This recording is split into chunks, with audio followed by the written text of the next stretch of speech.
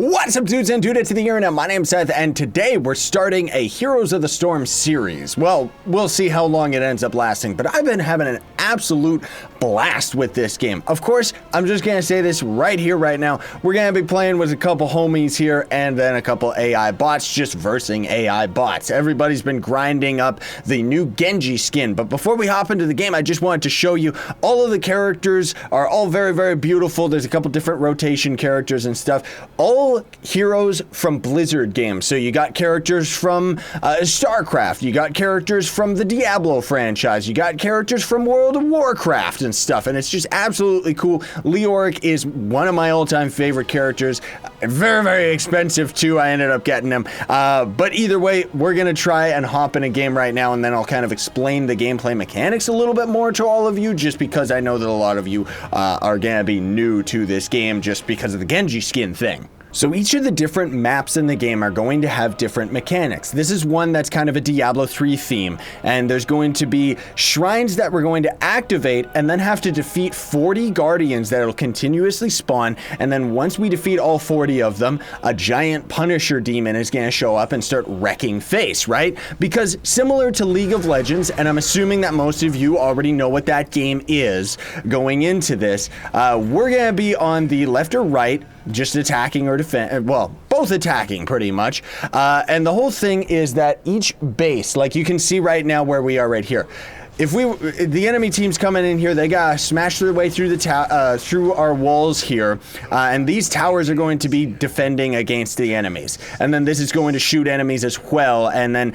they're trying to get all the way over here to the core, and that's exactly what we're gonna be doing as well. So what we're going to be doing is, as we're playing as our character here, there's going to be 3 different lanes. There's a top lane, the middle lane, and the bottom lane. And you can see these 2 little icons right here in the middle of the map are going to be related to the special function that I mentioned earlier, and up here as well, just the special function of this map.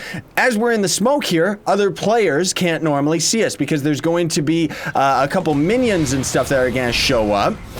You can see these little dudes right here, as well as ours over here. They're all showing up to give us a bunch of trouble. Oh, can we wreck this guy? Yeah, destroyed! I mean, he's just a bot, but still, I love playing against the bots just because I get to win, and that's where this game is fun. So you wait for your minions to show up so that they can tank out the damage of these towers, and then you roll in to start doing damage to it. And the differences of this game over League of Legends is you see this little bar under the tower right there? Each of the towers actually has a limited amount of ammo, and once the ammo is fully depleted, it's going to take a little while for it to actually recharge. Now, that mechanic alone I very much enjoy because I feel that over League of Legends, and I'm not trying to say one game is better than the other, just for myself personally, I really, really like this game, never really got into League of Legends, right? But the fact of the matter is that since the tower, as you can see right there, was out of ammo, it means that we have more of an opportunity to continue pushing. It makes the game feel a lot more aggressive, you know? And I'll explain our characters' abilities and roles in a little bit here, just as we're kind of destroying this. Now, the other thing that's different over a League of Legends style game is we're not actually gathering any gold or currency to return back to our base and go and buy a bunch of different items and stuff like that. Instead, all we're doing is focusing on our character's talents, which I'm gonna get this passive buff where anytime a minion ends up dying, we just get a whole bunch of more goodies, health, I mean.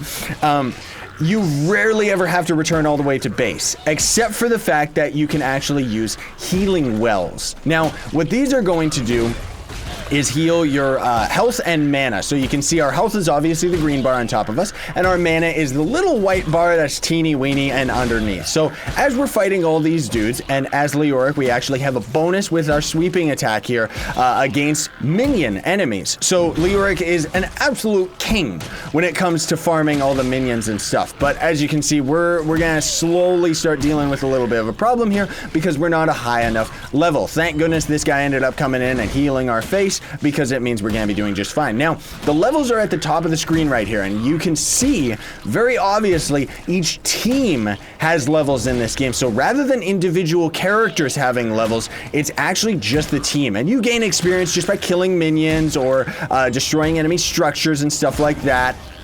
So it's very, very team oriented. So now we've got this big old demon here, and I'll explain the wells in a minute, because first I want to show you this guy because he's beautiful. He's just gonna absolutely destroy everything, and he's fantastic for wrecking these gates too. Like, you're just gonna see him come in here and Shrek it. So what I like to do is focus on whatever target he's focusing on, so that we can destroy it as soon as possible, and then focus on the next target, which I'm gonna focus on all these gateways and stuff like that, because he is very, very aggressive, really likes to attack pretty much everything, and is going to prioritize heroes as well. Now you can see that he has a little bit of a health bar as well, so as soon as that gets removed, of course he's gonna end up dead, which is not gonna be good for us because of where we are right now, just in the middle of this base here. Now he ended up getting destroyed, so we gotta wait a certain amount of time before we can do that same event, but at least we were able to progress quite a bit and cause a lot of damage here. Give me that longer swing on my arc weapon. Oh my goodness gracious, so hopefully we can get this tower out of the way. Good, it's actually ran out of ammo. But that's the thing too, is you can always see in the bottom left. That's Diablo, he's so beautiful. That's the old Diablo, not the Garbles Diablo 3 one. So you can see in the bottom left, you can use a healing fountain. This is very important to note because it took me a while to learn it. So what we could end up doing is, this is a healing well. There is one at each of the different outposts, as you can see with the little healing icon, right? So if we would grab this, which we can't because we're already doing just fine with everything, it would heal a percentage of mana and a percentage of health. And then it would be on a cooldown. This is not shared between other members on your team. So if we grab it, we don't got to worry about somebody else not being able to grab it because of the cooldown, right? So it's very team oriented. And the other thing too is, rather than jungling, which is a term from League of Legends where normally certain characters will be focused on staying in the jungle areas and leveling up and gaining experience points based on fighting these certain minions. So what this game is going to do is, rather than gaining the experience or anything, we're going to end up killing these dudes so that we can end up having them recruited on our side, and then they'll push into whatever corresponding lane that's nearby. So these bots thankfully were able to help us out. We capture the point, and now you can see by the little indicators on the map that they're going to end up taking the middle of the map, and they are also very, very long range, so you can see that they're actually shooting stuff from the middle of the map already. And now we're actually going to the next shrine here. Shows a nice little timing indicator and everything like that, and in the bottom right, of course, there is going to be 40 enemies out of 40, so our side is the evil side, and you can see that we're actually doing just fine here. Now we can get our ultimate ability, and this is where things get pretty darn cool, because for Leoric anyways, because that's the thing, the biggest reason this game has appealed to me is I don't really care for these League of Legends games. I'll admit that. But the fact that this game has Blizzard characters that are like from my childhood and stuff makes me appreciate it more.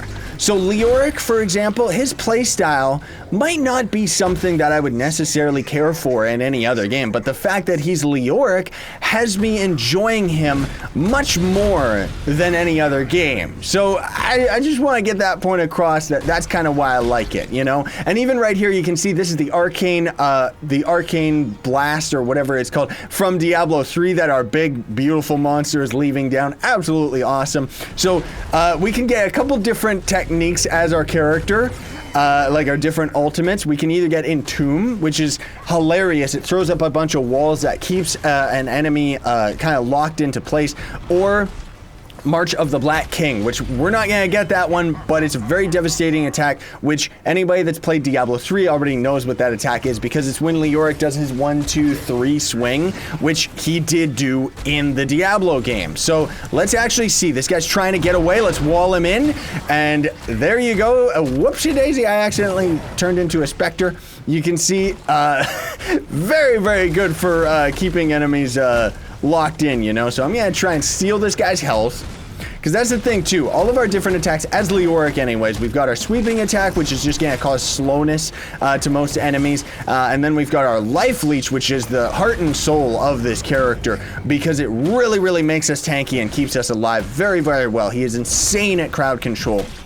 and insane at staying alive as well, because it's going to just steal 25% of a character's health over time. So you can see right here, we're actually healing out while we're fighting that guy. So that's pretty insane. Now, the other ability that we have, which you've barely seen me use, I don't really know how to use yet very efficiently, but it turns us into a Spectre. It's called Wraith Walk. So if we end up using it, now we're a ghost for the allotted time limit. Our camera doesn't follow us for some reason. Whoopsie daisy, but we still get to explore around and kind of move at faster movement speed. Now, this is another good point that I want to show here is we're not actually causing damage to anybody right now as we're a ghost, but we can still use a lot of our abilities just to end up stealing health off of the enemies and thus making it so that we can actually revive a lot sooner. So you see that we have a 5-second time limit. As we hit that guy, the time sped up for a little bit. And the biggest thing that's beautiful about Leoric is that we actually get into battle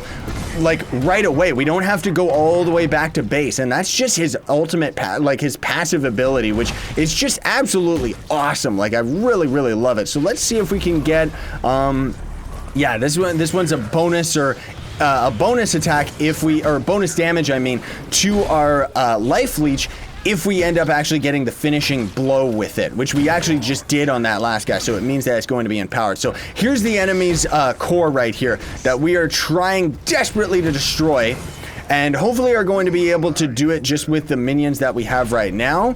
But you know, I'm gonna be greedy. I'm gonna go all the way back and try to see if we can recruit another big, beautiful demon. Somebody, no, shrine is activated. Whoops. I totally thought that somebody just ended up claiming it just passively.